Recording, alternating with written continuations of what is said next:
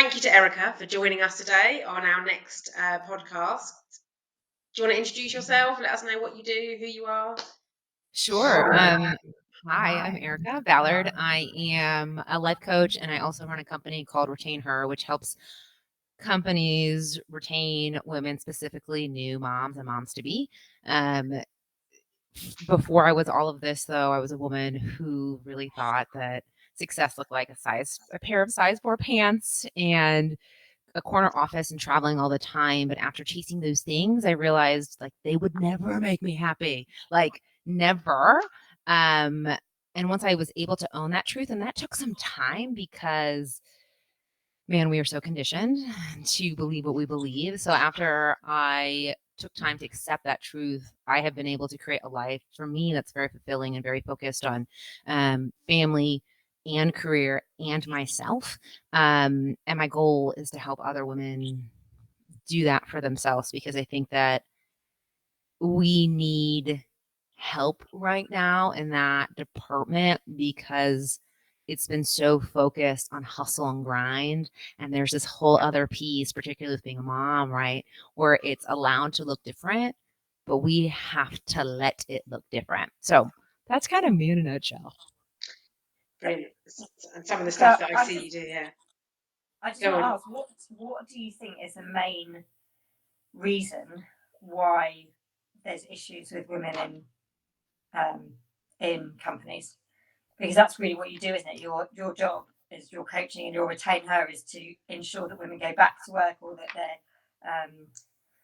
they are there's more people, isn't it, in companies? So why do you think there's such a big problem with it in the first place? That's a good question. I would make the argument based on history and facts that the main reason for this is because the workplace is built for men. We have the way that the economical model has been set up is that the ideal worker is an unburdened individual who can show up and work at like as long as possible and for whenever possible. And as a result, right, like women have to conform to that. But when you think about this, you can call it the economic man, you can call it the ideal worker. This person can't be a woman.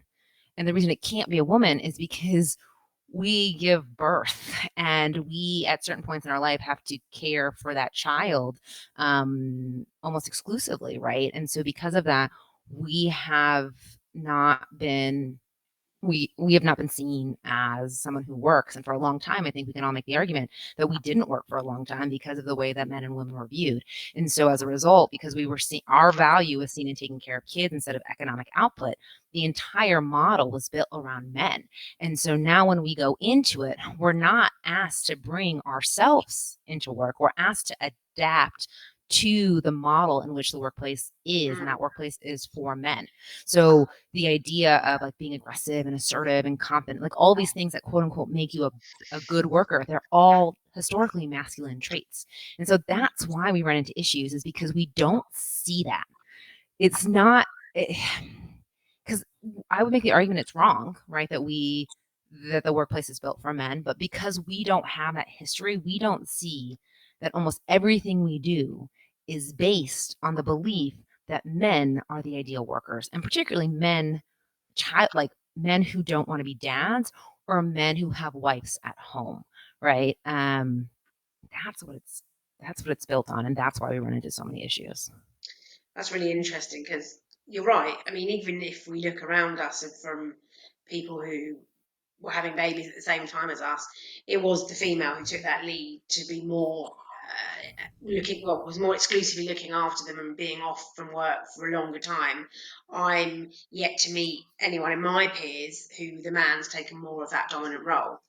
It does happen, obviously, but therefore it doesn't happen as much as it does the other way around because, as you said, we're socially conditioned to that's how it works. I know, obviously, the female often is the one that can feed if you're breastfeeding and stuff like that, so that overtakes that. But you're right, it's still part of that's the world that's set up there, and the expectation is more men are the ones who work. So in terms of not taking the time out to look after the baby, so to speak. So I guess even in that respect, it's still work is built for men in that respect, if you see what I mean. Yeah, and then you add on to it that men are conditioned to be productive. Like their value is based on how much they can produce for their family, right? When you think about hunters and gatherers, like men are the quote unquote hunters in this mythical world that doesn't exist right now, but we apply it to here, right? Is like men are conditioned to believe that their worth is based on how much money they can bring home to their families. And that's not fair to them, right? But they don't even know that they're conditioned that way. And so it's all of the stuff that continues to perpetuate more and more of the issue. And that's why it's so important that we all are able to step back and say, like, which is why it's a great question that you asked is what's the foundational reason why this is a problem? And for anyone who's a book lover, there's a great book I think she's Swedish, but she lives in England. And it's called Who Cooked Adam Smith's Dinner? And it's phenomenal. And it breaks down this idea of the ideal worker, of the economic man. It helps you see why workplaces work this way. And as a result, like what you can potentially do, right, to step out of that. So what do you think moving forward? I know it's not an overnight fix. Social conditioning and changing is really difficult. You know, we know it with gender from an early age. You're given pink for a girl, blue for a boy, you know, all those things that we try and break down, but we do ourselves, even though, you know, little things. So what can we do in the workplace what can HR or businesses do to try and change some of that social conditioning? What would you say is the answer? Not the fixed answer, but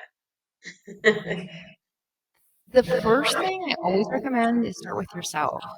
I was talking with someone recently and they said, like, well, you know, we have to go, we can't just train managers because we need the culture to shift. But yeah, all a culture is a bunch of individuals. So you can't put policy in place without shifting the mind and the behavior of the individual. They become incongruent, right? And so the place I always start is like, start with you, right? Start to do your inner work, start to understand where you hold bias, because we all do, myself included. Like, I could give you a list of all the ways I used to judge women and judge moms and it was disgusting. But I grew up in in a Western civilization that said this is what it looks like to be successful. And so first it starts with you bringing down all of your barriers, not all of them, but like, you know, you start to really see where this stuff exists. And then from there, you can start to see the holes right within your organization, because it's really difficult, I think, for people to put policy in place without being able to like spot the issues yes, in the organization. So I think first is start with yourself.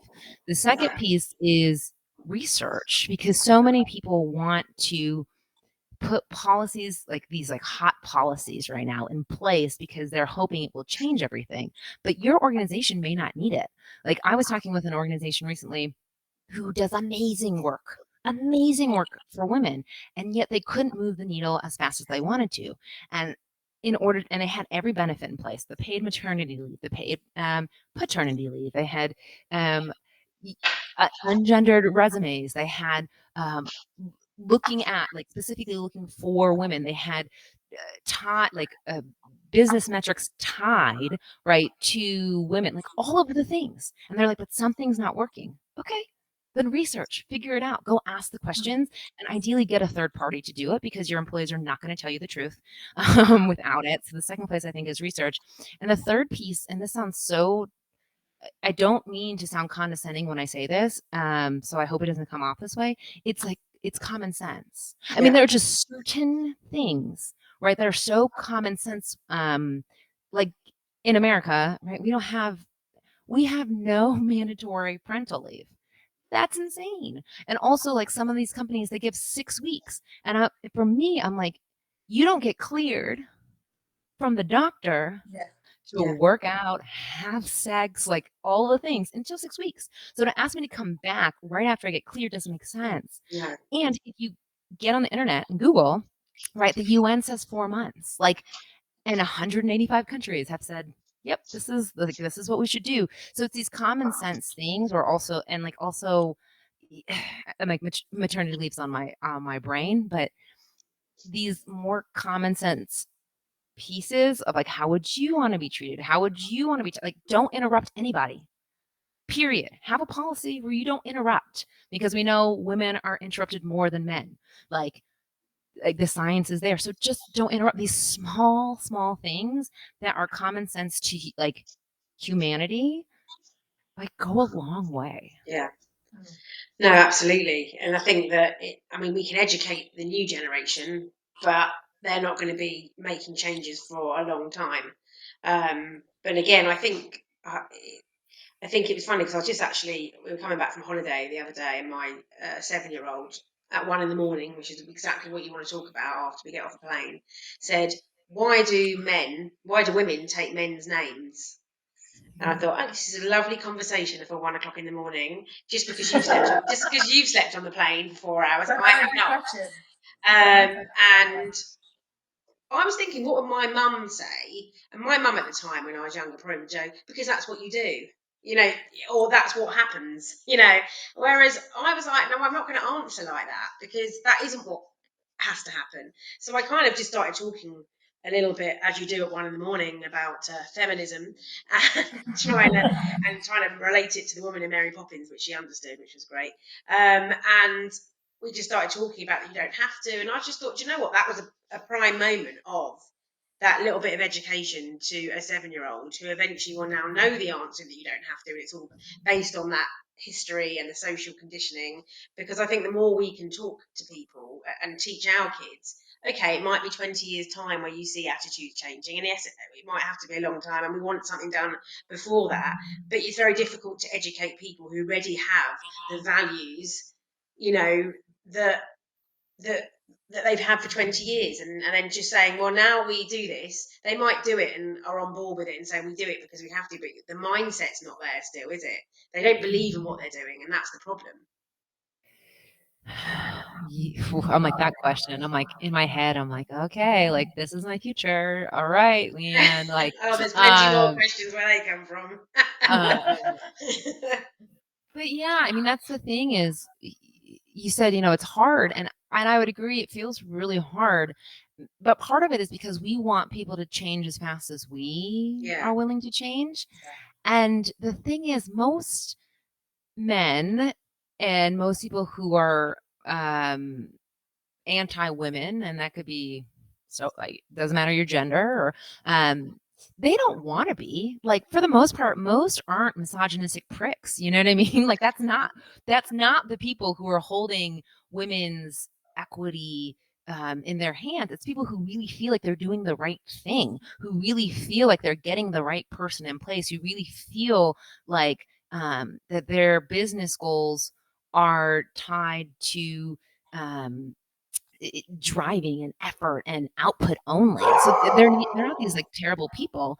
And that's why patience is going to be the most important in order for us to like move this forward. Because the one thing that I always come back to is we've made so much progress in the past 100 years. Like, as slow as it feels, like, we've made so much progress, but in order to continue to make progress, like, one, we have to be the change we want to see, and then we have to have patience to help educate others who do want the same things we want, or who may see things differently. And that, for me, always, that's the hardest part, because we all want scale.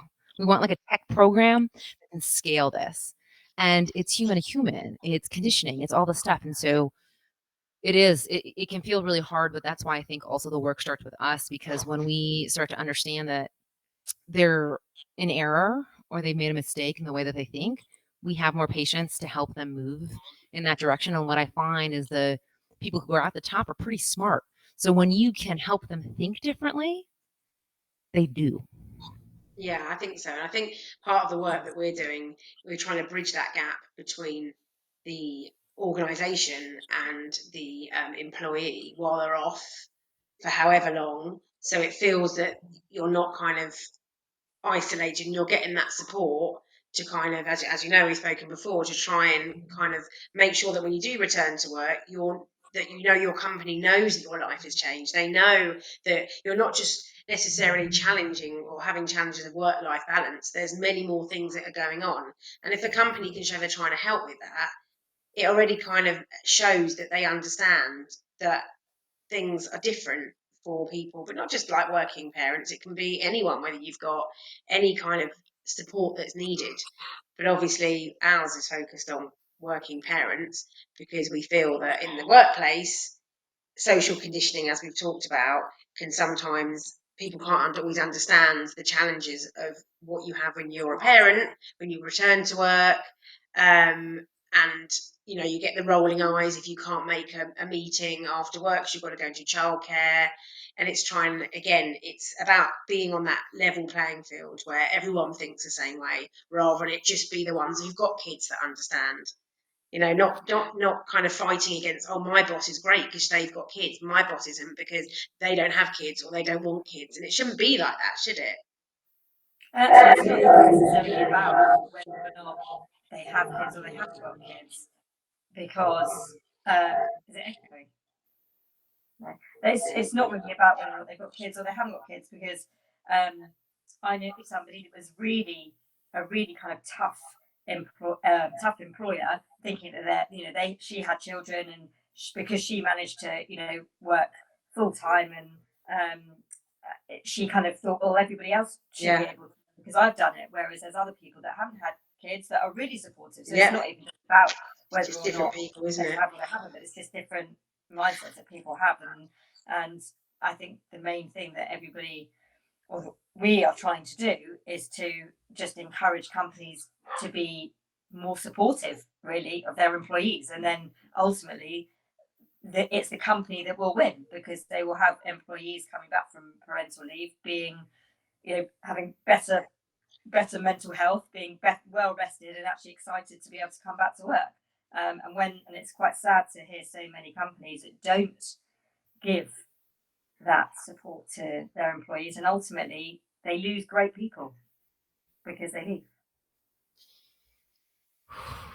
I mean, everything you said is it's so true. And the reason I think your work is so important is because a lot of women don't even know that they're going through the things that that they're going through, right? When you're in the thick of it, you're swimming in hormones, like you're tired, you have no idea what you need, which is why the education to the employer is so important, because it allows a manager, it allows a coworker, it allows a leader to stop and say, hey, like, are we good? Are you good? Do you need a little bit more time? Because we're so used to trying to push and move forward and prove ourselves, that we don't know that sometimes we're damaging ourselves in the process. And that education, that awareness does matter, because I actually just wrote a post about this.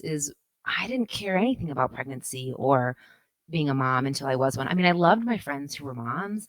I talked to my friends who were pregnant, but I think that I purposely put the blinders on, right? Because I'm not used to people talking about this. And I thought, well, she'll speak up if she needs it, even though I know that that's not true. Like, even though I know in life that's not true, I was like, it's probably true here, because I think it's some of the implicit bias, right, that I carried with me.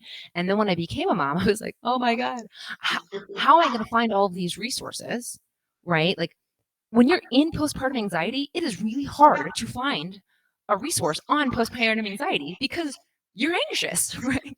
You're just so frantic. And I think that that's why alerting employers like you, what you guys do, is it matters so much, because you're helping someone transition. And like you said, it doesn't have to be parents. Like, when someone is transitioning from a loss, when someone's transitioning jobs, when someone's going through a massive life transition, they don't know all the things, right, that are going on. And what an employer can do is show up and help move them through it. And we can say all day, well, it's not the employer's job. But here's the thing, you want most of our lives now. Like, you want most of our time, and you want us to be our best. And so if you're going to say, hey, we want you to be this whole person, we want to show up as like the best version of you, then you've got to help us do that. Exactly. They have to. Exactly right. And people, you kind of alluded to this already, that people aren't honest with if they're okay. They're not, because especially when you return to the workplace, you want to show everybody, no, I'm okay, I've been off, but I'm back to work and I'm okay. even if you're crumbling inside and you spent the first hour and a half of work bawling your eyes out, and you just want to kind of put on this brave face and show everyone that you're okay, but actually you're not. And it is about educating the company or whoever it is that they work for to say, it's okay to feel like this. We're here to support you, because then they're more likely to be back to themselves quicker if they get that level of support. And that's kind of the bottom line. I was literally today, it was right before this call, I was on the phone with a good friend of mine, and we were talking about exactly what you said. Like, like being totally transparent. That's what happened to me. I have all the tools. I mean, I'm a pretty tapped in, tuned in human being. Like, I've done the therapy, I've done like the inner work, I've done the inner child.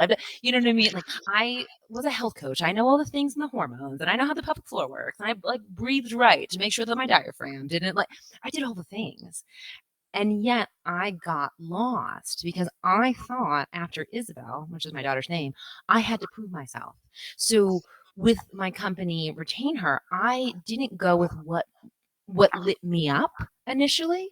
I went with what made me feel smart.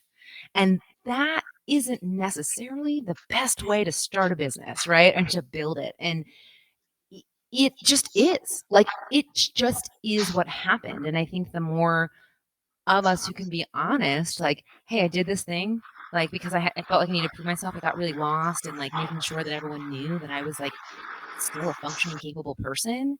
And then I was like, oh, like a few months ago, I was like, you did the thing. You did the thing again. Okay. Like, let's revamp. But I'm fortunate enough to have the tools in place, to have the friends in place, to have the therapist in place, to have the coach in place, to do that. And so it's just to say it's so important what you're talking about, because we do try so hard to prove, and because it's so normalized in our nervous system and in our brains to do so, we don't even know we're doing it most of the time, even those who've done all of the work. Like, And that's does the that reach thing. out? Yeah. And but it's the thing. As you're saying. I mean, it's in England compared to America. It's not as common for people just to kind of, as you said, like, oh, therapists, like we go to therapy, like it's not as common in England to like have less people talk about it and go to them particularly. So I think with like postnatal depression and all those types of things, I think certainly in our culture, it's something that a lot of people don't talk about and getting that help. And I think people struggle with that massively after having babies. And I think if you ignore it and you kind of like mask it a little bit because you're not quite sure that you've really got it, and you just carry on because you just go, oh, this just must be what you feel like when you have a baby. You're tired, you're this, you're that, and everyone's saying you're just tired. And then the time you kind of hit that 6-month mark, if you were going back to work around then, you might go back before that, you might go back after it. That's when some of those problems can arise, when you kind of are still not kind of fully on. You haven't had that support while you've been away. You haven't felt like you're kind of in where you should be on that journey, because you're almost just coasting along, and the ship is kind of going faster than you are. You return to work, you feel like an imposter. You have that imposter syndrome, in addition to probably what you never dealt with postnatal depression. And then you kind of are lost. And that is what we're trying to fix, because even if you kind of get everything in place, as you said, nothing will prepare you for what could happen. And I think we're all trying to, if you've come from a career and you've been really successful in your job, and you've come away on maternity and you're a bit of a control freak and you want routine and you want this and you want that, you almost feel if you don't have it, you're a failure. And babies don't play ball like maybe your organisation of your diary does at work and stuff like that, because you could, for all the will and the way, you could do everything, and then that day that you've just had that, we've all had those awful days where nothing's gone to plan. And because you've put yourself in that position of trying to get everything perfect, because that's what you're used to, that's what causes a lot of that downfall as well, I think. Yes, all of that. And when I I'm like, and I feel when I like a really therapist now. yeah, but when I really think it through, it's like, here's the crux of it, right? For working women, is we have grown up, all of us, women or men, non-binary, we have all grown up with the belief that our productivity is tied to our self-worth. Yeah. and that our productivity can only be measured by economic output. And that means that taking care of a kid, right, doesn't fit into the productivity model. And so when you get pushed out of work, like you don't get pushed out, you know what I mean? Like when you leave work to take care of a kid, now you're not productive, even though you're keeping the next generation alive. You don't see it like that, but since your life was like, but because your worth was tied to economic output and production, like this is why the massive identity crisis happens. Not only is it the sea of hormones that's just like swimming through you, but it's also we have all tied our worth to our productivity, and productivity meaning in most Western civilizations, right? Economic output. And so like our work as moms don't fit into the productivity or productivity model. And that's why I think so many of us get in trouble, because for whatever reason, feeding a child, putting a diaper on, taking like him or her to the park, helping them learn to read, those type of things we don't say are productive. But like anyone who's ever tried to do any of those things knows that they take a lot of work. We've just we've just been conditioned. I know we use that word a lot, but we've just been conditioned to believe that Yeah. that stuff is not of value. And I firmly believe that that is some of the most valuable work you will ever do, which is why we have to flip the narrative that me doing things, me bringing in money is the only way I can be successful and of value. Yeah, Absolutely. and you have people and they go, you just reminds me of when you if you worked part time. I remember when I first went back 3 days a week, and they were all like, "Oh, enjoy your day off tomorrow," and you're just like, you have no idea. Tomorrow is not a day off. Like work is easier, than sometimes trying to run around with a toddler, and it can't be seen. I think that's also, I know it's said in jest, but it almost can't be seen like that, because it makes those days feel like they are less worthy, really, doesn't? And they're not. They have to be seen as equal, but just different. That's it. They're equal and different. But we're not, we have a model, like our model in which we live, the society in which we live says that only economic output is of value. Everything else is supporting that. And if you're supporting that, then you're less than. And that's where we get into trouble, because keeping a kid alive, also keeping yourself alive, like while trying to take care of a kid, like also an impressive feat, right? And we just downplay this so much. And I can tell you, I have watched friends who don't have kids watch kids. I feel so bad for them. It is so hard for them, right? Like they don't know what the heck they're doing. And so it is, and they're happy to give the kid back at the end of the day. Like if that is happening and we are with them all day, like just think about it. Like just think about that.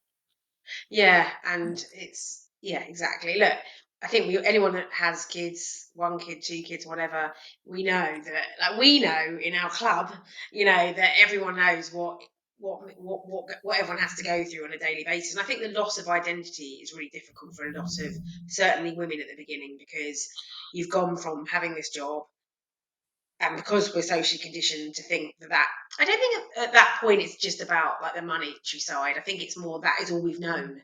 That's the makeup of who we've been. We've worked 5 days a week, had a few holidays, vacations, like now and again, and then you're suddenly like have maybe a couple of weeks off before your baby's born. You're like, yeah, I can do this. This is all right. And then suddenly your baby comes along, and you're probably a bit more out of control because you don't necessarily know what you're doing. It's all new.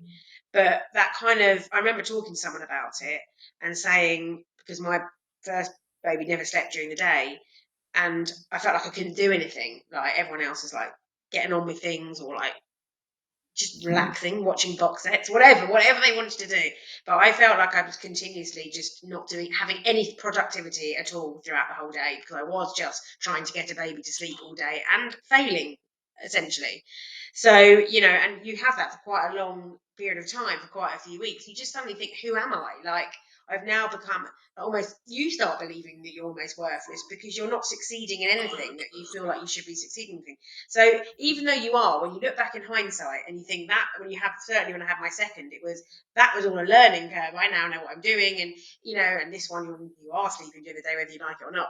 But it was, you don't do it until you're out of it to realise what hard work at that beginning. Each stage you think gets a little bit easier, but I don't think the stages necessarily get a bit easier. I think that we become more confident. And we're taking that control a little bit more because we realise we've accepted our identity has changed. And I think once you have that acceptance, well, for me anyway, once I accepted that, no, I'm not bad at this, I just was finding the transition from being who I used to be to who I am now and what my day looks like on a daily basis. I think I thought before I had children, baby will just sleep, I'll just go and do this and I'll go and do that and my life won't change. And I think once you accept that your life has changed, you can kind of realise that can be the new you. But then, as you say, once you start going back to work, it's about balancing the two. And we both talked about this, about going back to work. Those first few weeks are really difficult because you've got this guilt and you have this kind of working out, what's more important. And then it all kind of starts setting into place, that it becomes the norm that they go to a childminder or a nanny or what have you, and it becomes a norm. But I think you have to almost go on that journey, as you said yourself, to be able to actually fully comprehend. And before we had kids, we all had these judgments, as you say.